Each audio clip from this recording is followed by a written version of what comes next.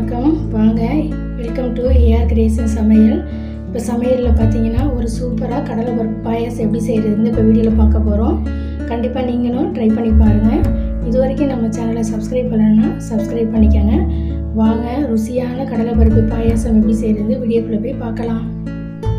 கடலை பருப்பு பாயாசம் செய்கிறதுக்கு பார்த்தீங்கன்னா ஒரு கப் அளவுக்கு மெசரிங் கப்பில் கடலை பருப்பு எடுத்திருக்கேன். இப்போ இதை ஒரு வானலியில் சேர்த்து நம்ம வறுத்துக்கலாம். இப்போ கடாய் நல்லா சூடாயிடுச்சு. அடுப்பை சிம்மில் வச்சுட்டு கடலை பருப்பு சேர்த்துக்கோங்க. இது தீஞ்சிராமல் பச்சை ஸ்மெல் போகிறதுக்காக ஒரு 2 நிமிஷம் கூட இதை வறுத்துக்கோங்க.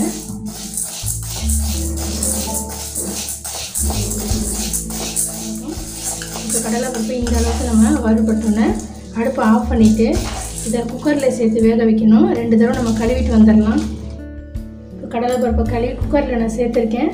இப்போ வேக வைக்கிறதுக்கு தண்ணி சேர்த்துக்கலாம்.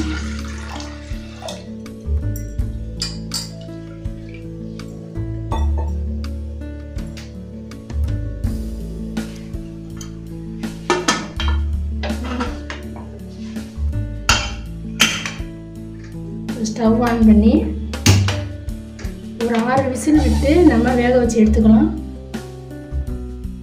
குக்கரில் பார்த்தீங்கன்னா கடலை பருப்பு வேக வச்சு அடுப்பை ஆஃப் பண்ணிட்டேன். இப்போ ப்ரெஷர்லாம் ஃபுல்லாக போயிடுச்சு. இப்போ ஓப்பன் பண்ணிடுவோம்.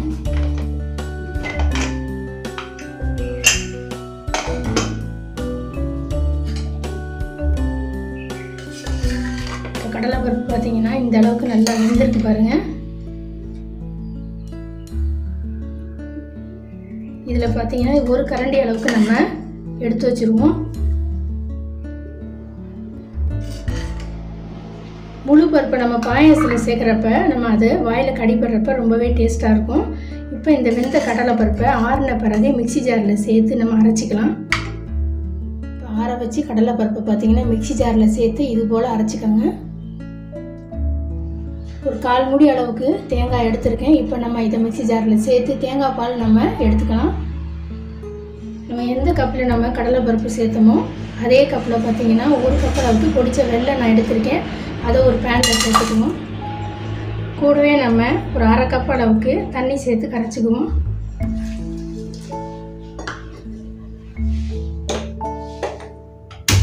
ஸ்டவ் ஆன் பண்ணி வெல்லம் கரைஞ்சி அதை வடிகட்டி எடுத்துக்கலாம்.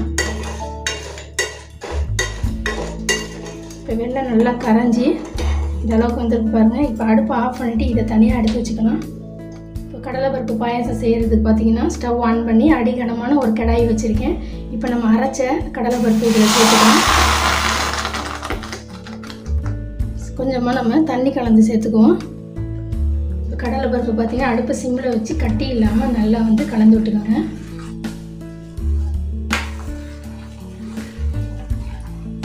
இப்போ இது கூடவே பார்த்தீங்கன்னா தேங்காய் பால் வந்து 2வது தேங்காய் பால் எடுத்திருக்கேன். இப்போ இது கூட சேர்த்துக்கலாம்.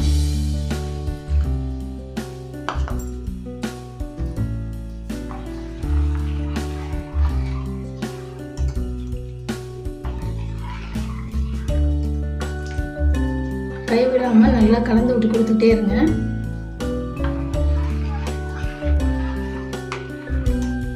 முதல் தேங்காய் பால் சேர்த்து நல்லா கொதி வந்துருச்சு. இப்போ நம்ம கரைச்சி வச்ச வெல்லத்தை நம்ம வடிகட்டி சேர்த்துக்கலாம்.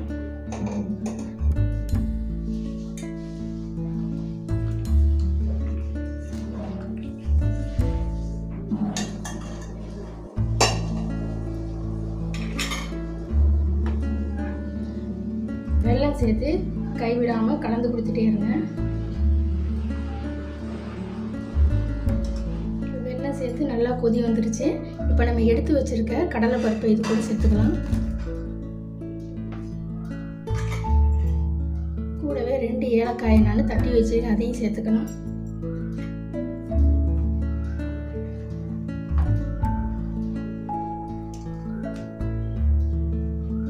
இந்த ஸ்டேஜில் முதல் தேங்காய் பால் சேர்த்துக்குவோம்.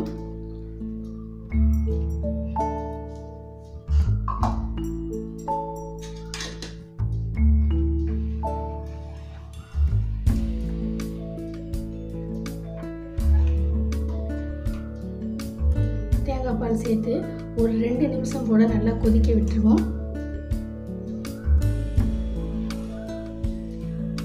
இப்போ நல்லா வந்து ஒரு 2 நிமிஷம் போல் நல்லா கொதிச்சிட்ருக்கு. தேங்காய் பால் சேர்த்து ரொம்ப நேரம் கொதிக்க வைக்க வேணாம். இதை வந்து பக்கத்தில் நம்ம தனியாக எடுத்து வச்சுருவோம், இறக்கி வச்சுருவோம். ஒரு கடாயில் பார்த்திங்கன்னா 1 ஸ்பூன் அளவுக்கு நெய் சேர்த்துக்குவோம்.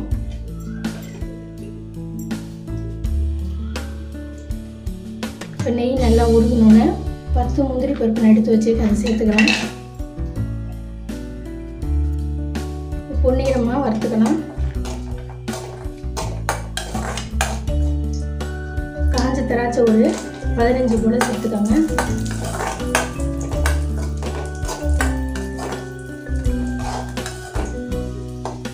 இப்போ திராட்சையும் பார்த்தீங்கன்னா நல்லா வறுபட்டுருச்சு. இப்போ அடுப்பு ஆஃப் பண்ணிடுவோம். இப்போ வந்து வறுத்த முந்திரி திராட்சையை பாயாசத்தில் சேர்த்துருவோம். சூப்பரான கடலைப்பருப்பு பாயாசம் ரெடி. கண்டிப்பாக நீங்கள் ட்ரை பண்ணி பாருங்கள். இந்த வீடியோ பிடிச்சிச்சின்னா லைக் பண்ணுங்கள்.